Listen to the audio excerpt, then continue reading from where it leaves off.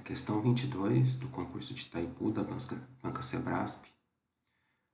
Com base no circuito acima, assinale a opção correta.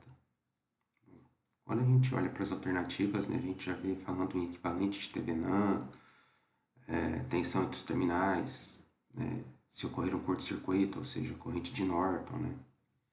Então, esse circuito quer que a gente trabalhe pensando em obter o circuito equivalente, né, de TBNAN ou de Norton. O primeiro passo, então, seria calcular a resistência de TBNAN desse circuito. A resistência de TBNAN é anular as fontes independentes, né, e verificar qual é a resistência vista entre os terminais A e B.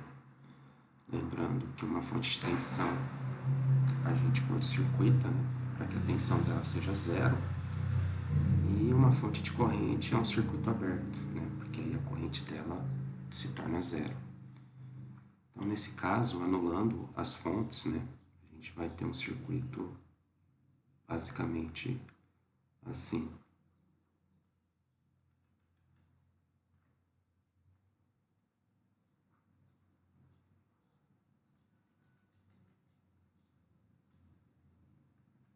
Aqui é o ponto A, aqui é o ponto B, aqui é a resistência de 100 ohms e aqui a resistência de 25 ohms. Tensão de 8 volts aqui eu fiz um curto-circuito e abri o circuito aqui para fonte de corrente de 2 amperes. Então, olhando do ponto A a B, a resistência vista é uma resistência que consiste no resistor de 25 ohms em paralelo com os 100.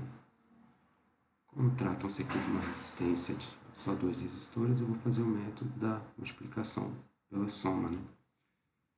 Resistência de TBNAN é 25 sobre 100 sobre 25 mais 100. Para não ter que ficar fazendo conta, a gente vai tentar simplificar algumas coisas aqui para a conta chegar mais fácil. 125.